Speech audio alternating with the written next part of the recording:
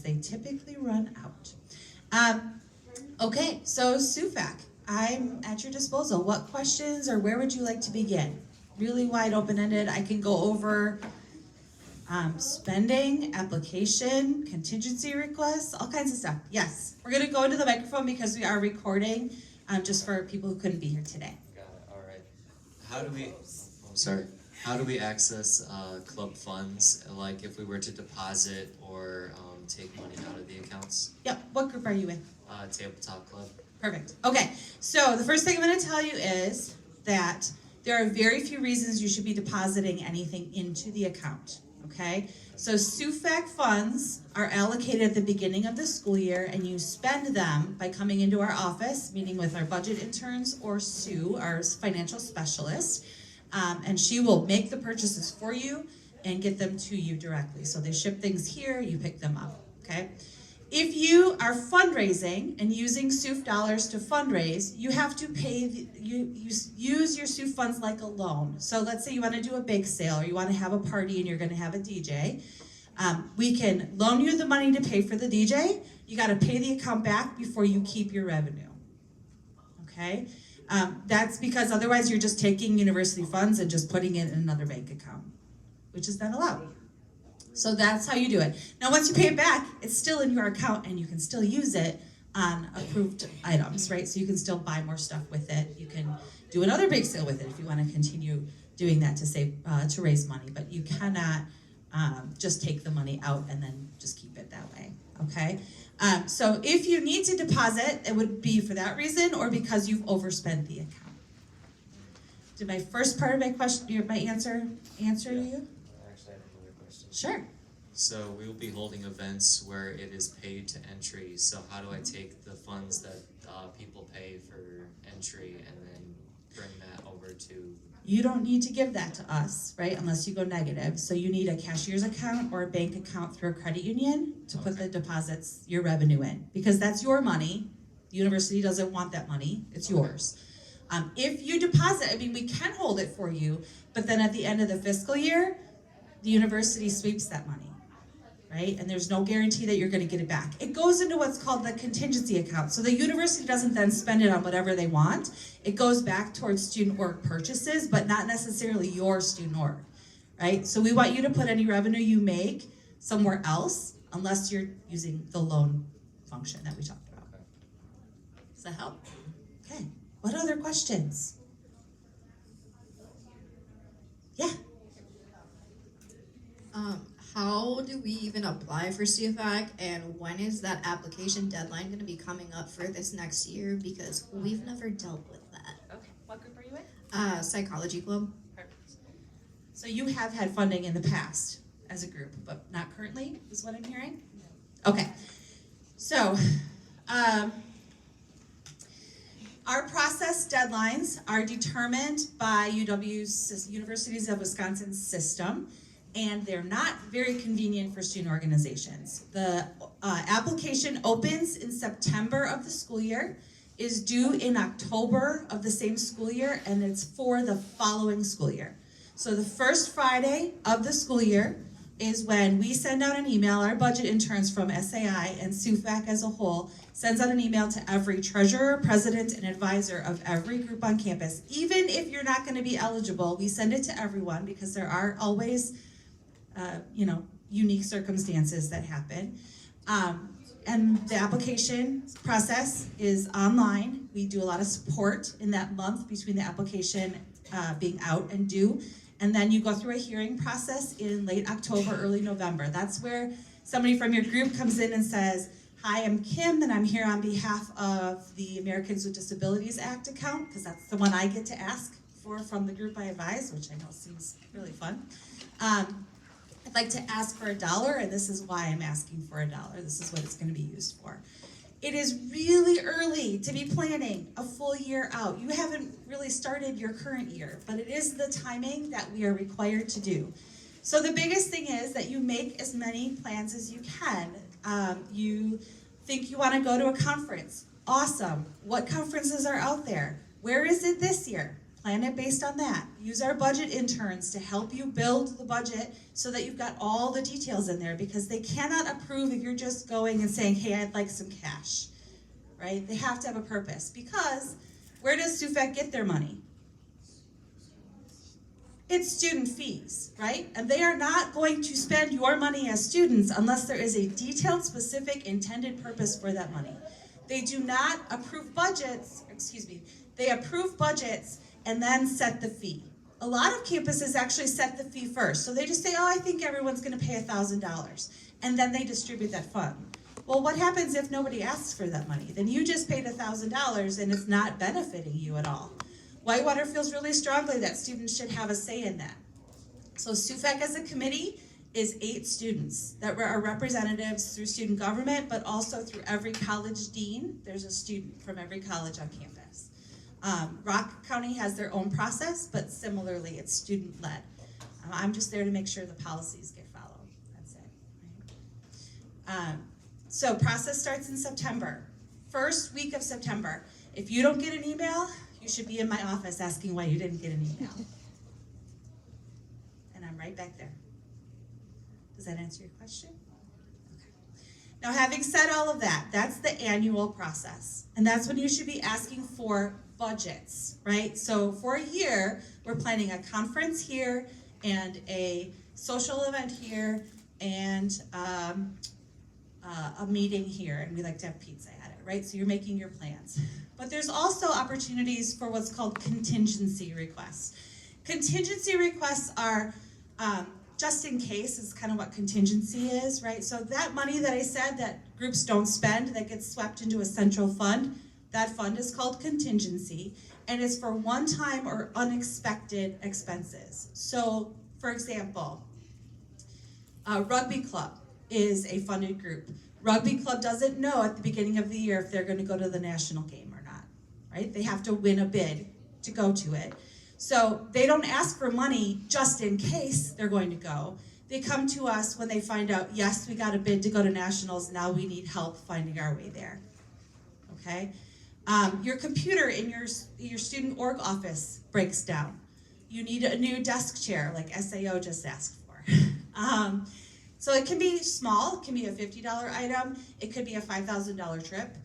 We've had all kinds of things. And it really just depends on how much money is sitting in there, which right now there's a fairly healthy amount, and how detailed and specific and beneficial what you're doing is. It's really important that if you're asking for money that you're able to provide proof that it is as open as possible to as many students as possible. So to come to SUFAC and say, we'd like to go to this conference and only our officers are eligible to go, probably not gonna fly, right?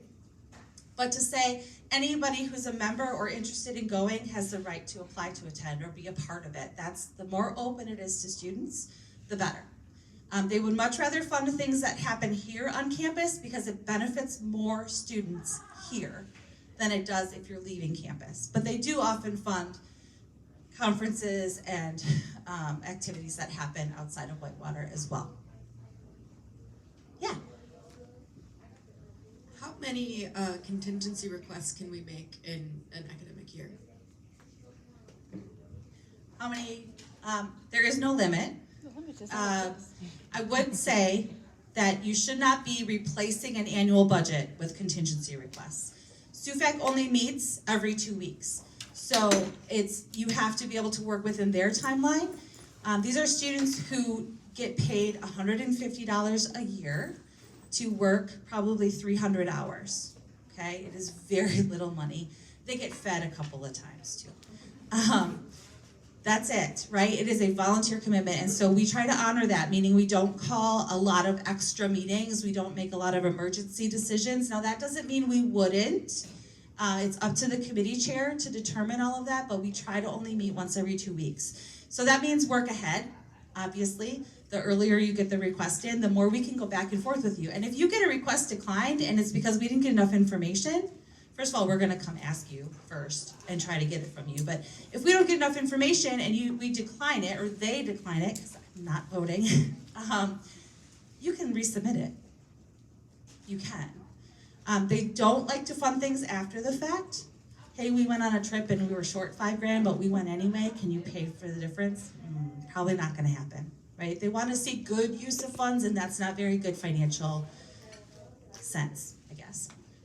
Again, I'm just telling you advice.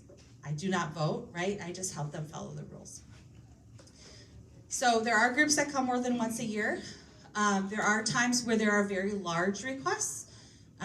A couple of years ago, student government came forward with money towards an outdoor patio that they're working on making happen. The UC is working on putting in fire pits and outside fun stuff, but we found out there's all kinds of underground infrastructure that we have to first fix, so it's taking way longer than expected. But we've had some very large student projects. There's a large campus event that's going to happen in April that we found funding for. COVID stopped traveling, so a lot of students paid fees for the years of COVID, and then there was no traveling. So our contingency fund has a larger amount than normal right now. It's too large, and so they are looking for meaningful, campus-wide beneficial opportunities to spend that money.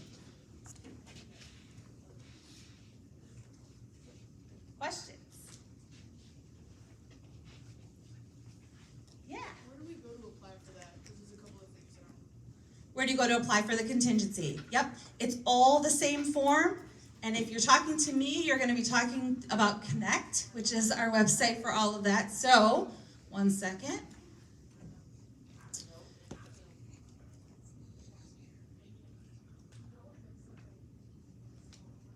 All right, so Connect, uww.presence.io or uww.edu/connect. Either one gets you here. You log in and you go to the Forms tab. Thank you, Morgan. If you type in the word money, SUF, or SEG for SEG fees, you're gonna get the form. Just be patient, because it's a very slow system that will be gone in June. We'll have a new system up in June. There you go. Okay, so right here where it says SUF, money, applications, carryovers, contingency requests, and transfers. It's all one form. The fourth question or so is, what are you asking for? And based on if you ask for application, contingency, carryover, or line item transfer, it will change the questions below that to just the ones you need to answer. Okay? So same form year round that gets submitted. If it gets submitted by Wednesday at noon of a week that SUFAC meets, it will be heard that Friday. So it's pretty fast, but it is an every other week committee meeting. Okay? So again, uw.edu/connect, log in, because if you're not a student or staff here, you cannot use the form. We're not giving money to people who didn't put money in the first place. And then just look for SUF, and it's the application. Good question, thank you. Yeah? Okay, so you said something about like the transfer over kind of thing. So like if we applied for contingency funds and then like got that money and then we're unable to do a meeting or something with that because we didn't have enough members attend, we can request to have that money pushed over to the following year versus like struggling to try and find stuff to use it on before it goes away. Yes. Okay, so we've talked about contingency, we've talked about application. The third one there is carryover. Carryover means you're carrying it over from one fiscal year to the next fiscal year. Our fiscal years on campus end June 30th. So your school year or your fiscal year to spend your money is July 1st through June 30th. If you have less than $100 in your account on June 30th, you will automatically carry that forward to the next year. Okay? If it's $100 or more, it will be swept into contingency. But then in the fall, if you have a identified specific purpose for that money, you can ask for it to be put back into your account. Okay? They're not going to be as concerned about why you didn't spend it as to what you're going to use it on. So it can't just be, well, we're going to put it towards an event that's already in our budget. Nope, that's already in your budget.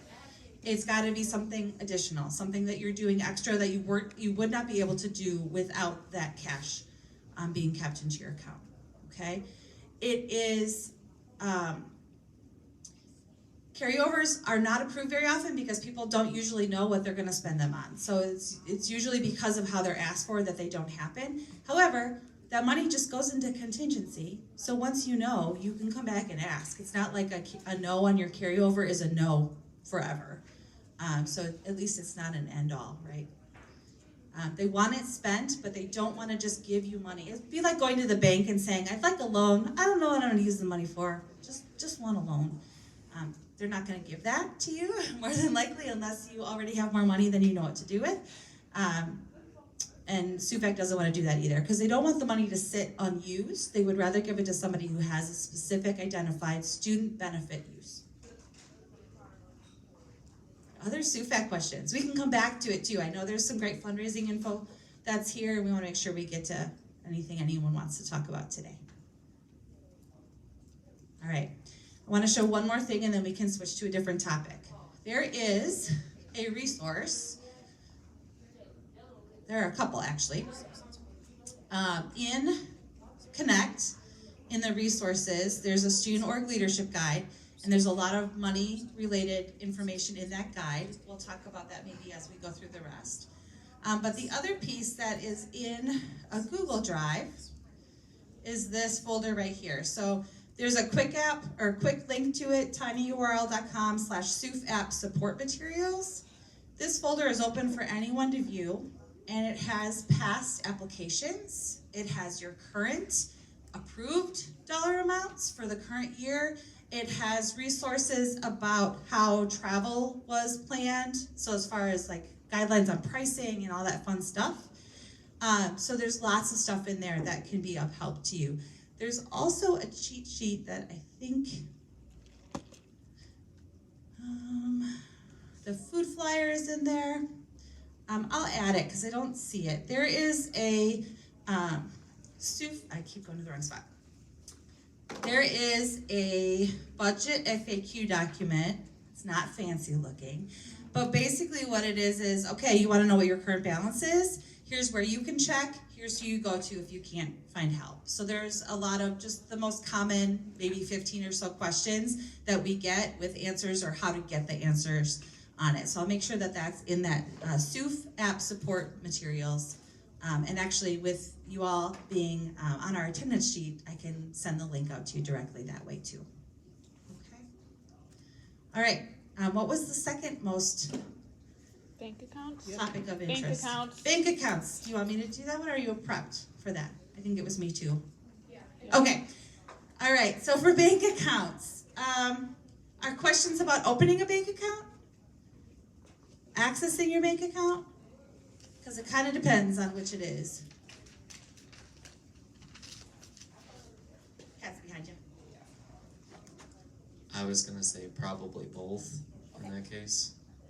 All right, so there are really two primary ways that we see student organizations store their money. It should not be in a person's individual account, right? It should not be it gets accidentally spent. Sometimes it gets on purpose spent. Neither of those is good things, right? It's one of the few issues that I've dealt with almost every year is people spending their org's money on personal things. Oftentimes by accident, but it's still an issue, right? So, the org leaders guide, would you go back to the incognito browser? There we go. Okay, so this was one of the links in the resources in Connect, Student Org Leader Guide, and up in the guide there is a section called Money Matters. So everything I'm going to talk about today is here. So, big options you have. What I said, right? Not in a personal account, not in a cash bag in somebody's car. We want you to put it in an account somewhere. The university has no authority or responsibility over an account if it's off campus or at UW Credit Union. It is completely your organization's. We don't have any say on how you spend it.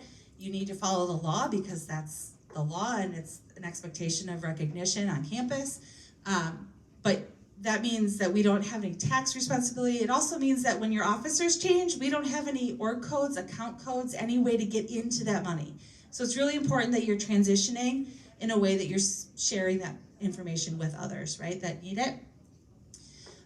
What we have learned more and more that we suggest you look at is, rather than going off campus, is to look at a cashier's account, which we also call student faculty account. If you're in a club sport, they call it a StuFac account.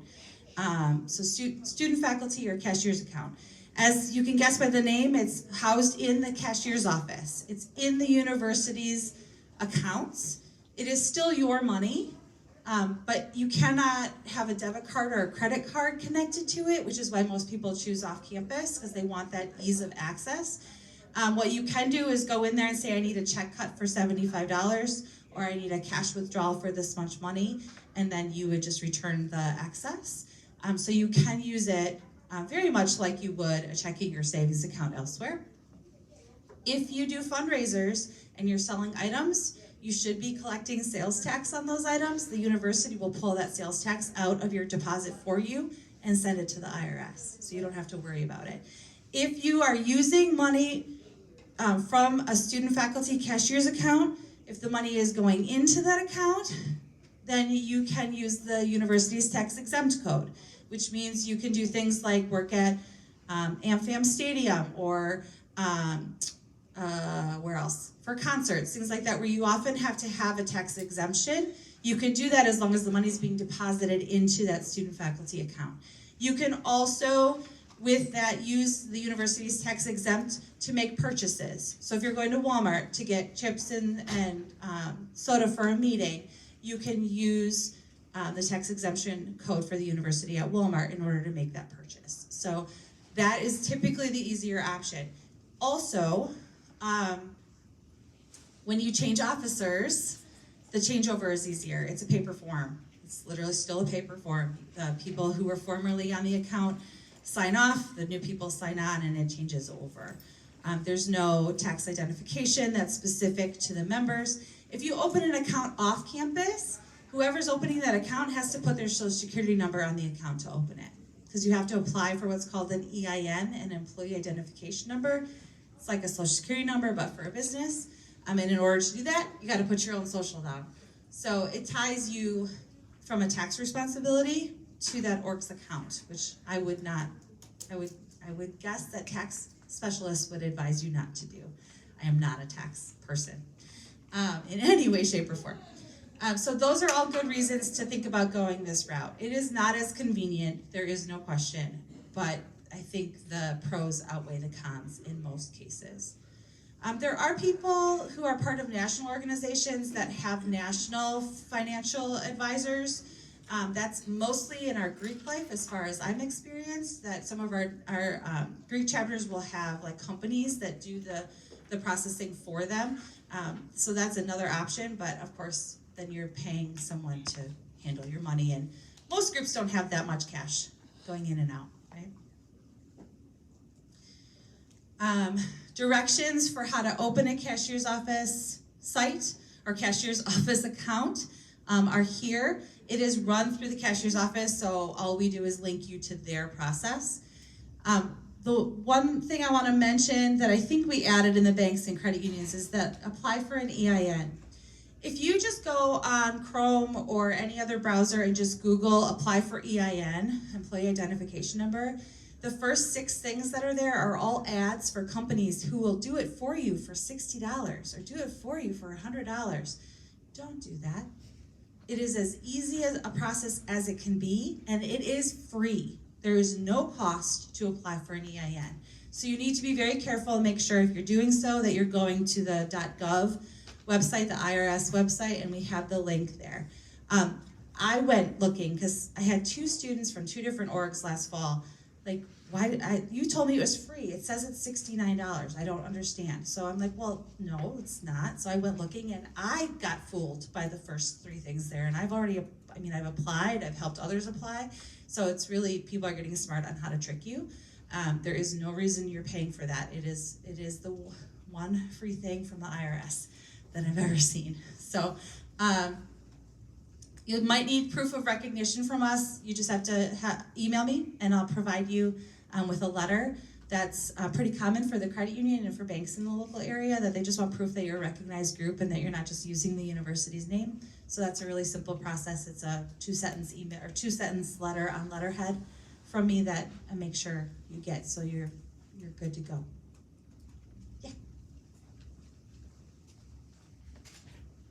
If you're switching like directors for whoever handles the bank accounts, and that person, like the person who's currently in it, is graduating, like this May or in December, should they transfer ownership before graduation, or can it be done like after they're no longer a UW student? Do it before they leave campus. I mean, you can do it anytime, right? And a cashier's office, they're pretty understanding that they can tell somebody's graduated or left campus, and they try to work with you. The reality is that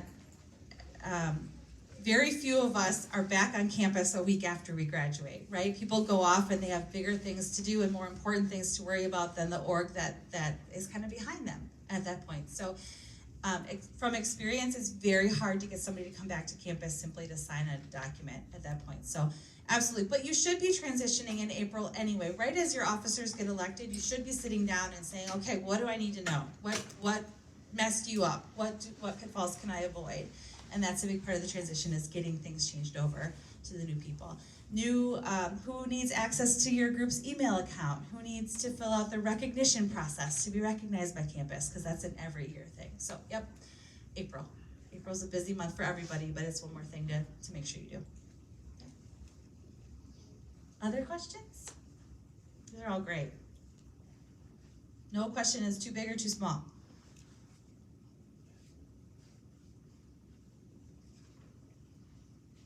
What's topic number 3, Morgan? Fundraising. All right, I'm going to hand it over to Kat. It's me. All right, let's just start with, what questions do you guys have?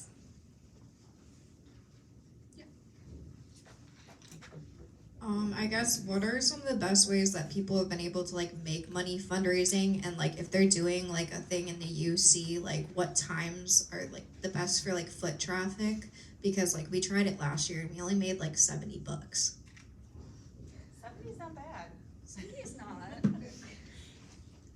So, foot traffic for the UC, so typically like between the popular class times, so like that nice little 10 o'clock spots, like from 10 to 11, a lot of people are here.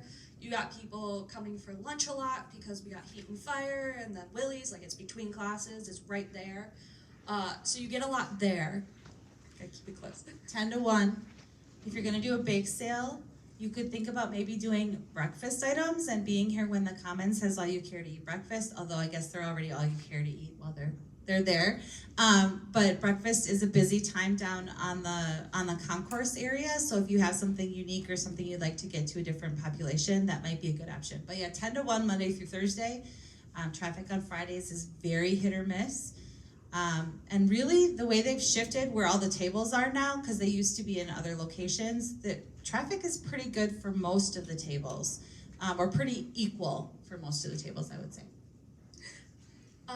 But for like fundraising ideas, like base sales get done all the time, so maybe like look at stuff that's more specific to your org. I know you're in psych club, so that might be a bit harder. But you can give out like little like coloring sheets just to like get them there, but then sell like kind of what your org is more about. For like, those are policies. So for like places to fundraise, like we have the university center, and you could do dining halls. So if you want to do like that food, like get them right before they're going down to get food, that hungry stomach, you know. We also have like athletic center, academic buildings, and off campus. And then the cheapest fundraising idea ever is you go and work concession stands at athletic events. They need help all the time. You go there, you make the money, straight profits. You don't have to buy anything. You just go there, you sell it. The more of your org who goes and helps out, the more money you make from those events. And that's the email of the contact. She works with Aladdin. That's why I'm in charge. And then we got things Can I interject on that one? So the athletic events one is football and basketball games, because they're when the largest concession stands are up and running, and they pay you by the hour by the person. So if you have only one person available, you're still making $10 an hour to work. If you have 6 people available, it's $60 an hour that you're bringing in. Plus, you could put tip jars out. So groups do make serious bank when they're working those events, and there's no prep and no risk, right? There's no money in. You just have to show up and be willing to hand out the popcorn or hot dogs or whatever it might be.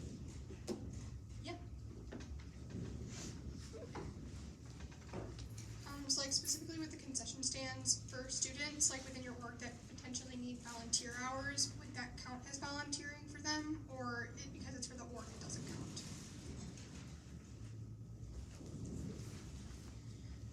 I think in general, if you're getting paid, it's not volunteer. So I think I would go with that angle. But if it's volunteer for a class or volunteer for a group, I would be asking whoever is verifying the hours what their expectations are. There are programs like America Reads, which you can get paid work study to volunteer and you get both. So there are exceptions to the rule, but it's really up to who's accepting the hours as compared to the dining services who are giving you the hours. Does that make sense? Sorry. You're doing good. So for like off campus, like if you're doing like a Qdoba or like a Culver's or something, do you have to tell SUFAC about that, or like tell the budget, like anything like that? So since you're earning the money for yourself, this has nothing really to do with SUFAC at all. This is what you're like putting in that bank account you're creating, right? Your cash fund. Okay. Like you're just putting it there. Like yes, sometimes there's some forms to fill out, depending on what you're doing. For all things you're doing, come to this. So we do fundraising permission forms. So basically you have to get approval before you even start doing it. You can't just sign up for a table and just start. So it's just the fundraising form on presents. And depending on what you're selling, depends on like if you, when I was doing it wrong. But all that's there, like you can do raffles. You don't have to go and buy a raffling license. You can use the Whitewaters. Apparel can't conflict with stuff that's in the bookstore. Anything with like the UW logo on it, you have to like make sure you're following the guidelines. Don't just do it whatever. But all fundraising just needs a simple approval from us and involvement to make sure, hey, you're like fundraising something tangible that you can actually do, and you're doing it through the proper channels. If it's not happening on campus and it doesn't have any of those other things, raffle, apparel, you don't have to have it approved by us. So if you want to go do Qdoba or Culver's or Rockies, they all do like percentage sales. Awesome, go ahead and do it. You don't need to even tell us about it. Sure. Unless you want to advertise it on Connect. If you want to put it on Connect, then you're going to need to fill out the fundraiser form. It's literally just, when are you doing it?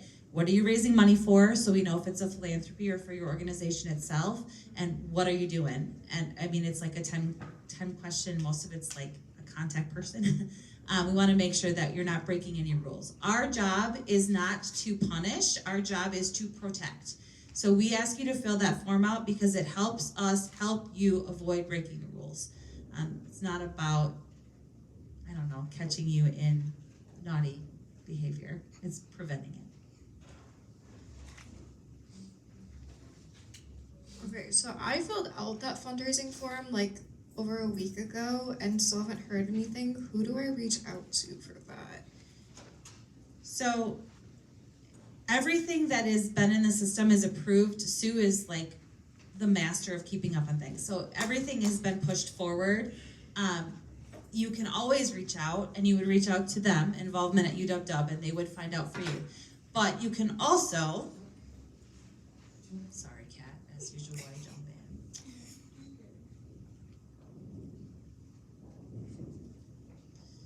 in. If you go back to Connect, and you go to your profile, so you're logged in, you go to your profile, you can see any forms you filled out and what their status is. So this is a form that was sent to me for approval, but I can also see anything I've ever submitted. So let's see. I don't submit a lot, I receive a lot.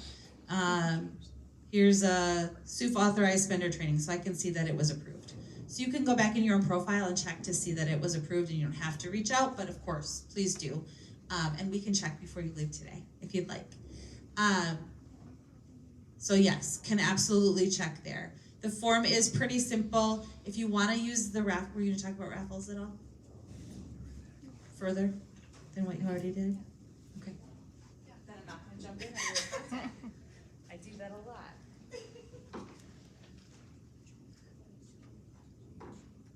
Press I on raffles. So basically raffles are, you're giving away, there's several different types, like you can do 50-50 where whoever wins gets it. You might, depending on what it is, have to fill out a prize form also, which is also on Connect. All of these forms will most likely be on Connect, unless we tell you like otherwise. I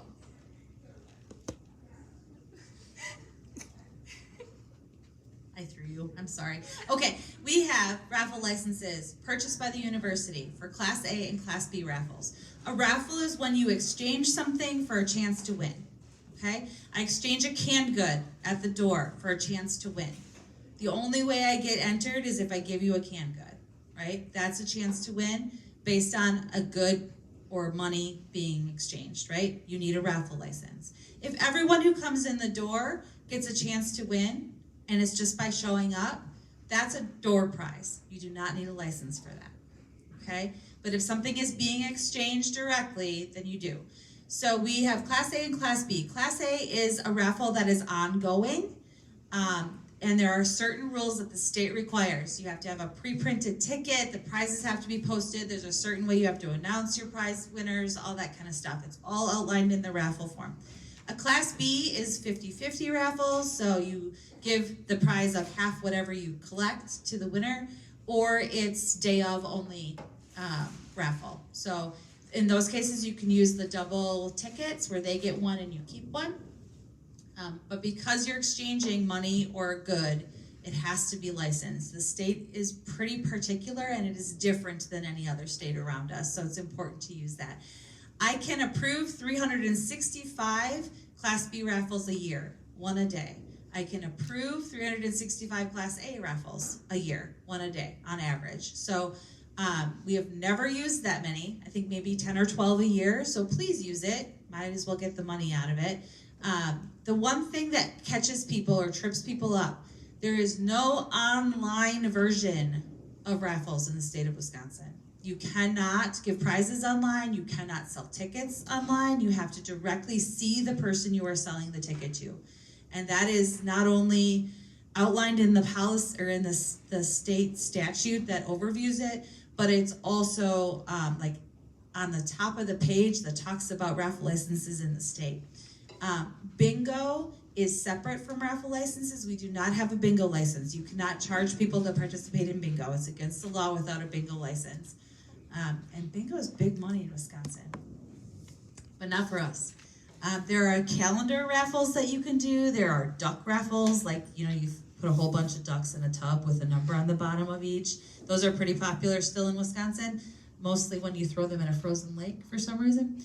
But those are all options that we can help you figure out. The online part is the one thing we have not been able to make work for groups, and it is a deal breaker for, there are a lot of groups that want to do them and they want to reach out to their chapters at other campuses and stuff like that, and we just can't find a way to legally make it work.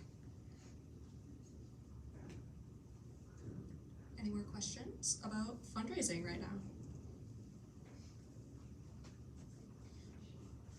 The one thing that I would really suggest you think about with fundraising is a lot of groups, just like we advertise our events, a lot of groups advertise their fundraisers to their members and to their members' parents or members' family members, and that's great. It's a good starting point, but those are already people who've put money in, right? So think about how to do fundraisers that get to the people who aren't already in the room. They're gonna get to know about you, that's a benefit, but they're also money that it's not just you shelling out more money, right? That's why bake sales actually do pretty well, because you're not selling them to your members, so you're not asking the same 10 people to cough up the money over and over again. A lot of groups are like, well, I don't want to pay dues or have people have to pay dues, but then you end up fundraising and the people who are fundraising are, I don't know about you all, I would rather, and I'm at a different financial place than most students, I would rather spend $10 on a t-shirt than 10 hours fundraising. I would, you got to balance the workload with the value of what you're doing. And I'm not telling you not to do fundraisers. There are a lot of groups who raise a lot of money fundraising, but they are very time intensive to make big bucks, right? Ducks Unlimited does a great job with a silent auction. They make thousands of dollars for the Ducks Unlimited state chapter, but there are hundreds of hours of work that go into making those thousands of dollars, right? So for them, it's worth it because they make it. But I've also seen groups that buy 75 watermelons, and people have a lot of fun, but then they paid more for the watermelons than for the stomping of the watermelons that took place. It was a super fun event, but it didn't raise the money that they had hoped it would, right? So it is a little bit of a balancing act.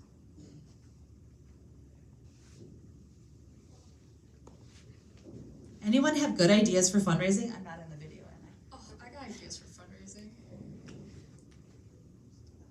Besides that, there's collaborative ideas. Go with other orgs, make some friends, split the profits. You can do tournaments where people go and enter. You can do a-thons. Do a shoe drive. You can partner with businesses off campus, and you just have to collect smelly shoes, and then they turn it into cash for you. Eating contests. Everyone likes food. You can't do eating contests. Can't?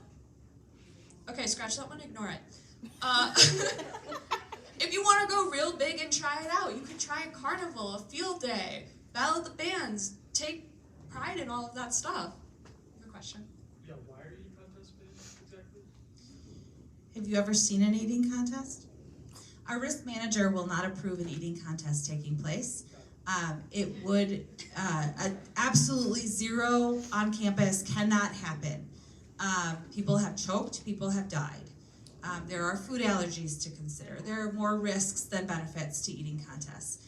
Happening off campus, I mean, you could, but the liability is 100% on your group's shoulders. The university will wash its hands at that point and will probably bring you up on conduct if something goes wrong because it wasn't a good choice in the first place. Now, you could argue, right? A whipped cream eating contest is probably not going to cause anyone to choke. I guess it could. But it's not like hot dogs, right? It's not solid, but the risk is still too high. It's one of the few things that statewide is banned on all college campuses as far as student organizations. We find ways to yes more often than not. We try to help you get to yes. That is a no. I would just add, know your audience who you're trying to market your fundraising to. Similar to if you're planning events, right? You have a marketing plan. You know who you're targeting. If you are targeting students on campus and you are doing a bake sale, I would not charge things at $15 a piece, right? Because students are your primary target at that point, right? So know what you would be willing to spend as a student, but also what your target is. Maybe students would like. If there's I'm trying to think of a wonderful prize. But usually if you're just targeting students, right, the cheaper the better, right? As well as cheaper for you. So always think about the lowest cost to be able to start that fundraiser. That's why the previous one I threw up the digital resources. One of the best fundraisers I've seen a group do is that they did a cookbook where each member submitted a family recipe. So one, it was specific to that group, right? But because it's digital, other than the time that person put on Canva to create the resource, they just sent an email, and that was the printing was on the purchaser's end if they wanted to print out, but there was no cost, and they also didn't have, let's say if you would print out your own, they didn't have any leftovers that were just sitting there, right? So they didn't have any loss with that either. Some of y'all have great resources, so you could do templates if you're digital marketing. You could do guides, mindfulness worksheets, things like that. So yes, it is a little bit of time to create on Canva or other resources, but it's zero cost and zero loss if you don't sell. So things to think about there too. A couple of things related to that. Canva, if you have an EDU email address, is free. So you don't have to pay for an account to have Canva, and Canva has tons of templates that are available at no cost that have zero rights to them because the artists have waived that. So use it, right? The other thing I would think about is you have people in your lives, many of you have people in your lives that would be willing to pay for things that like Maybe your mom misses you and might be willing to get a picture of you and your membership in a nice frame, right? Or maybe it's a mother of a psychology club member, you know? So think about the people who do have money in your life that might be willing to spend that money. Just something to think about. Oh, the bookstore. The bookstore will partner with you and take $0 of whatever you're selling. So if you want to try to sell something through them, you can do that. Dale Penzino is the manager or the director over there, and he and his team work with student orgs not as often as they would like to sell items. So maybe it's a craft project. Maybe it's a t-shirt or an item that says your org's name on it. Maybe it's something related to a holiday that you celebrate. So it's educational and cultural as well. There's lots of pieces in there. So don't be afraid to think about the resources that you have at your disposal. They're not going to pay for the items, right? They're just going to provide you space, but space on their website to be able to purchase through them. They even have helped us in the past with shipping items to people who purchase from off campus. So if you have alumni or people from off campus that you'd like to promote to, so that's another resource to think about. They've done really great work helping student orgs. Where can we find the contact for that? Just go to the bookstore. But it's Dale Penzino. So if you look up UW Bookstore, Dale is the manager. If you forget any of this, we all can be reached at involvement@uw.edu. So you can always come back to us and say, hey, what did you say? Or we're recording it, and it'll be up on our eLead series on Connect as well. All good stuff. To promote an e-lead, I did do one all about Canva if you want a little walkthrough on it. Just promoting myself. All right, any other questions about fundraising? Or ideas from you all. What's worked for you in the past, or even what hasn't worked? What are the things we should be avoiding? That's fair too, right?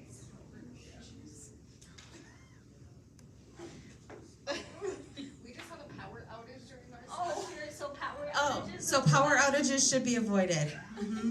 That's fair. Unavoidable. Probably a squirrel, knowing Whitewater. Anyone have good ideas they want to share? That's not really my idea. Mine's more of like a cautionary thing. Sure.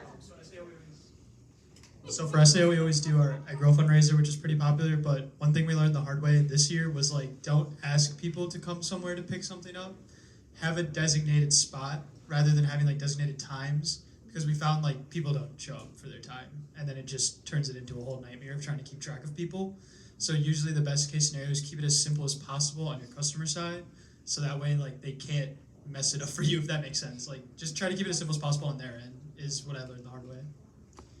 So hot food or food that needs to be prepared and kept cold or kept hot has a lot of additional rules in order to be able to do it.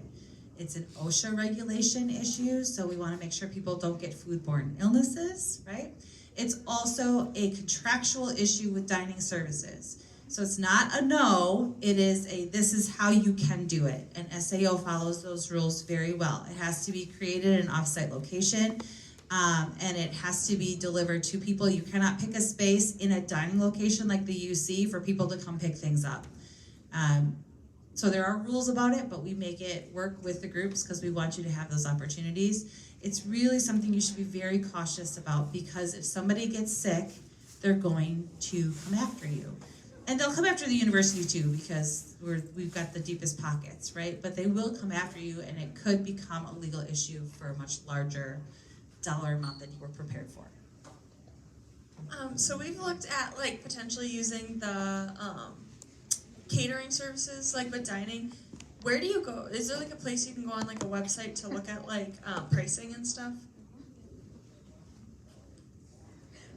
So there is a UW catering website. You go on there, and then you can click on menu. You can look at all the different. You have to click on catering, and then you have to kind of select. Sure. Go through that. Like you're doing it. Yeah. Oh, okay, cool. Yep.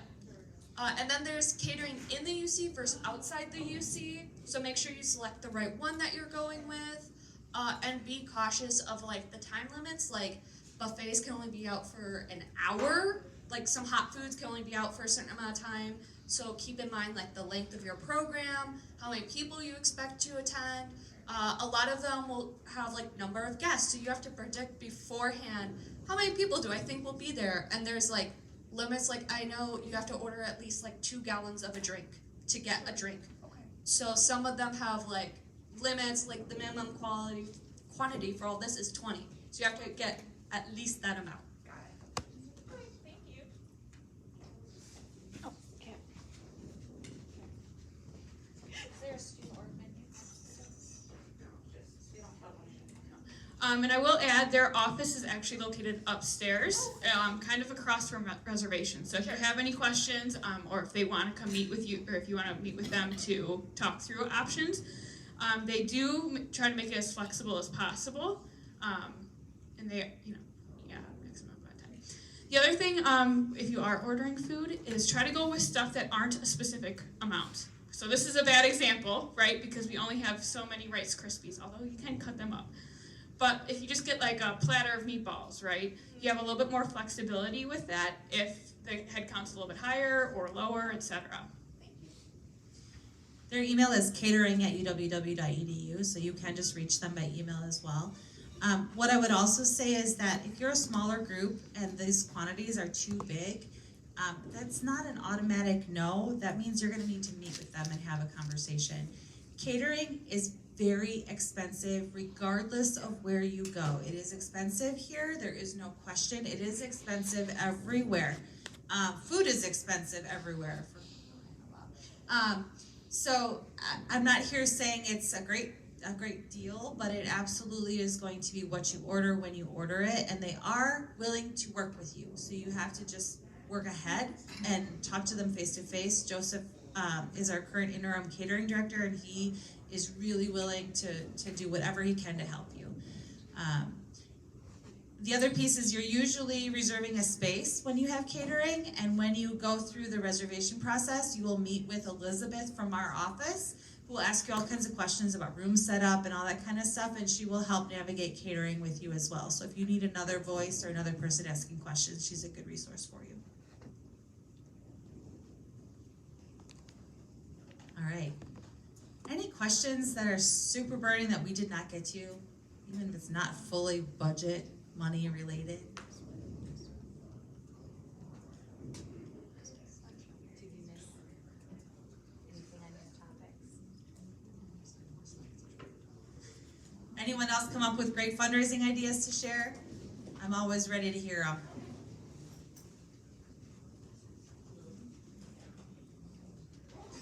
We're fighting each other. Hold on. There you go. All right. Question or comment? Yes. Are we allowed to create GoFundMe pages for our org and share them? Yes. We have intentionally, if it's not SUF money, a very hands-off approach to student organizations. You are all adults. Whatever you do is your responsibility. You are putting your own name out there and your own, right? It's your own reputation. So just be really careful with how you do it. But we don't currently have any policy in relation to that. The only thing I would caution you is that the university is very particular about how its name and logos and image in general are used. So there should be no Warhawk head on anything that you do. That's actually against campus policy. Only athletic groups are allowed to use the Warhawk head. That has not been well advertised or maintained. So there are groups that are out there using it, but our marketing and communications office is slowly working their way through groups and helping people change logos and stuff. You can use UW-Whitewater, UW-W, but it needs to be very clear that that GoFundMe page or anything else is your group's doing. Your group is the only one benefiting from it, or that it's a philanthropy and where that money is going. It needs to be really clear that the university is not directly benefiting in any way from that fund. both for your protection, but really so that nobody comes and says, well, why is the university asking for money here, but they're also asking for money there and there and there. And yes, we ask for a lot of sponsors to help students be able to afford to go to school here, but it's your money and going to you, right?